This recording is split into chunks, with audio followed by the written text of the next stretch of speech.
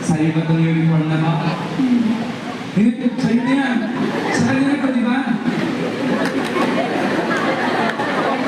Nagpapagawa pa. Pinagpagawa ko kasi ng uniform. Para mag-uniform na siya. Dito ka muna humarap. Dito ka muna humarap. Saan galing yung xylophone na ginamit mo, no? Kay Ate Joyce. Hinirang mo lang. So meron ka bang sariling xylophone? Wala. Pero mahilig ka sa music. Mahilig siya sa music. Mahilig siya sa xylophone. Oh.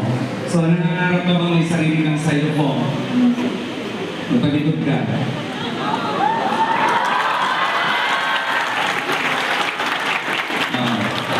Yan. Ayaw ba yan? Ang binili namin, malaki na para kakalakihan na ng konti, medium. O sige nga, pakitaan mo nga kami kung gaano ka magaling mag-cellphone. Magalapagan niyo siya. Ito nga, anong pangalan mo? Christopher. Sabihin mo sa akin, bakit ka nang sumama sa parada? Para po ipatulong kay Ate Joyce. Pero noon, wala kang uniform. Pero pwede man sumali ang walang uniform? Pero sumali lang Ate Joyce.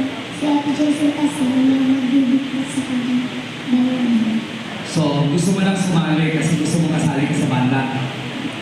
Kaso wala kang uniform. Di ba? Lakas ng kanyang determination. O, sige nga. O, tugtugan mo nga ako. Sige, go. Go.